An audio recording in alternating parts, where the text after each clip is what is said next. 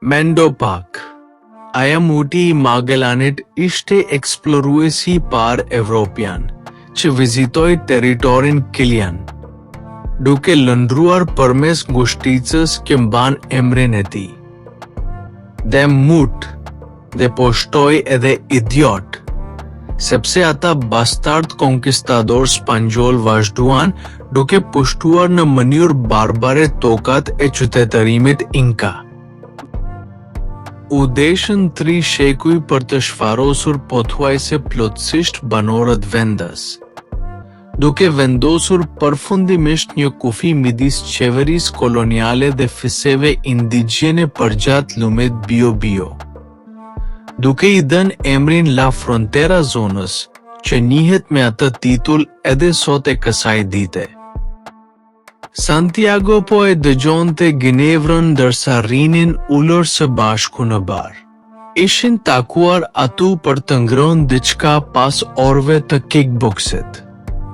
Ndërsa ajo fliste, ai po kuptonte se një dozë e konsiderueshme e një temperamenti të dhunshëm e të pakontrolluar. Ishte vërtet e rrënjosur në natyrën e saj.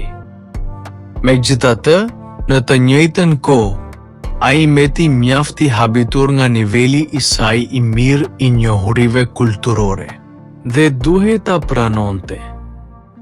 Sado me ngurrim se kishte një grimc të vërtete në fjalët e saj. Një grimc e vogël, ndoshta, por ishte aty.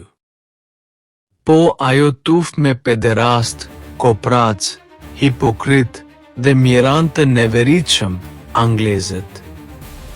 Nuk u mjaftuan vetëm me masakrimin e skoqezëve dhe uzurpimin e tokave të tyre. Të njëjtin trajtim u rezervuan edhe vendasve amerikan. Pastaj, erdhën pederastët e tjerë, francezët dhe sërish ata spanjollët qelbësira e të ndyrë. Ne italianëve na mbeten vetëm të rrime, edhe pse e kompensuam këtë me mafian, e cila ende sot e kësaj dite kontrollon bloqet e votave për presidentin e ri amerikan.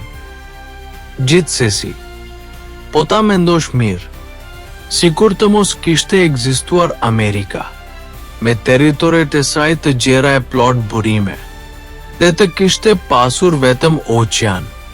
A du të ishim ne këtu duke folur tani?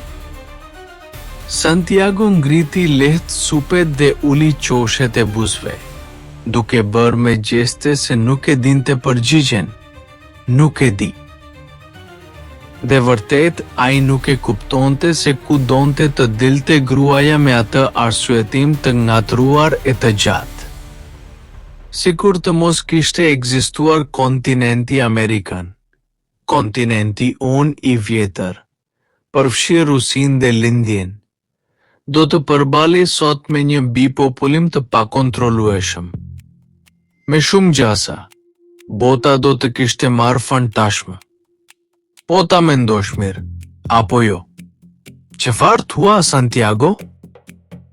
Ai riu I ngriti sërish supet dhe Ginevra buzëqeshi me hidërim, duke tundur kokën.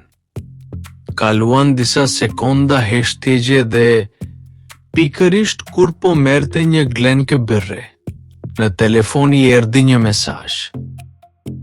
Tani shfrytëzoje sa më mirë aftësinë tënde vizuale, gjalosh. I tha zoti White Santiagos përmes kufjes së zakonshme. Si të ngjur kafe të burrit, mund ta shihnin tekstin në ekranin e telefonit, të pasqyruar në bebëzat jeshile të Ginevrës. Duhet të paraqitesh në Piazzale Loreto të premten në mbrëmje, në orën 23:00.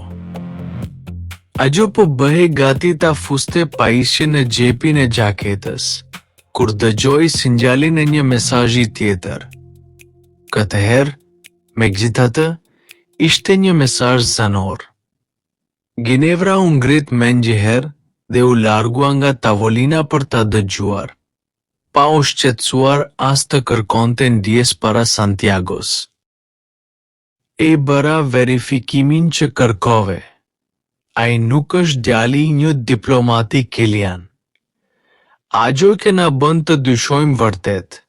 Megjithatë, është fakti se ai nuk figuron në asnjë bazë të dhënash të regjistrit civil.